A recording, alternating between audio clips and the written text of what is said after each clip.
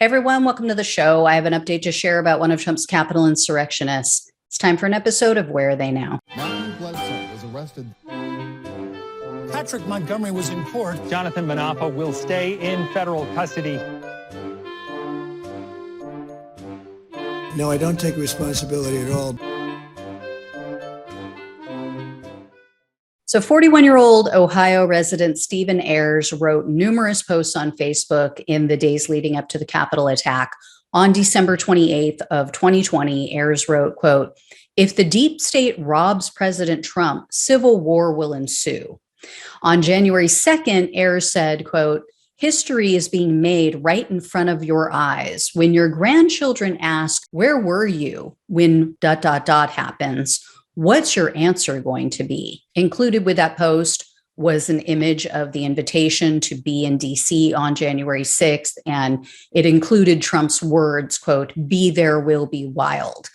Then on January 3rd of 2021, he posted, quote, "Mainstream media, social media, Democrat Party, FISA courts, Chief Justice John Roberts, Joe Biden, Nancy Pelosi, etc., all have committed treason against a sitting U.S. president.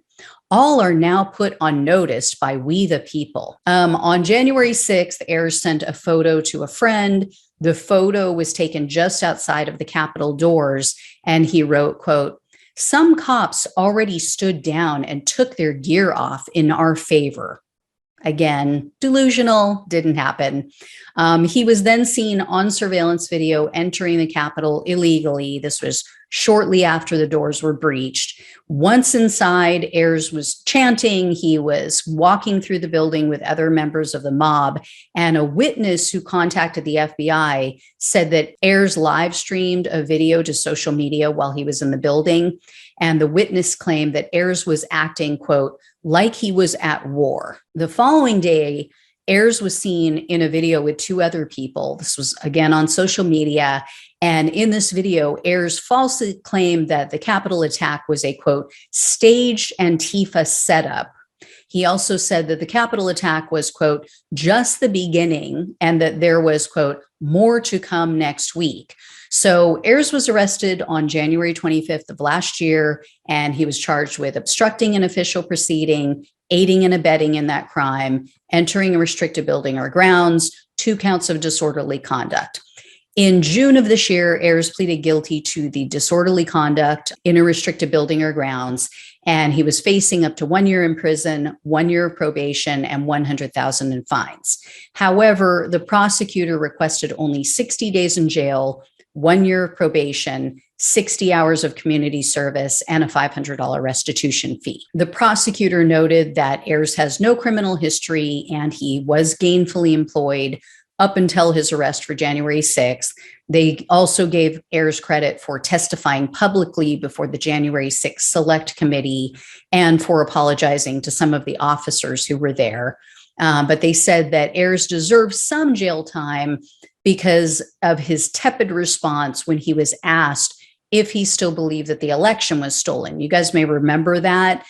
This was in response to a question posed by Congresswoman Cheney, and he said, quote, "Not so much now. I got away from all of the social media." But Ayres' attorney argued for probation only and community service, and the attorney said that his client has already been punished for his actions. Evidently, Ayres was fired following his arrest, and he had been with the company for 20 years, straight out of high school. And his attorney told the judge that Ayres' wife was 7 months pregnant at the time of his arrest, and the family lost their primary income source just prior to their son's birth. In addition, one of his longtime friends was one of the January 6 defendants who has committed suicide. It was Matthew Perna. And apparently Ayres appeared to cry as he spoke at his sentencing hearing. He apologized to the court. He apologized to the American people.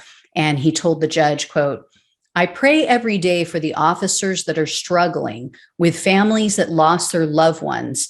I just hope one day I can wake up and not have to live with it every day, because I do every day." U.S. District Judge John Bates presided over this case, and I think this was his first. At the sentencing hearing, Judge Bates called January 6th a, quote, blight on the country. And he said, quote, the events of January 6th, it was a travesty in American history, a shocking attack on our democratic values and institutions and on the physical institution of the United States Capitol. All who participated in that insurrection, I think it can be called, must be held responsible.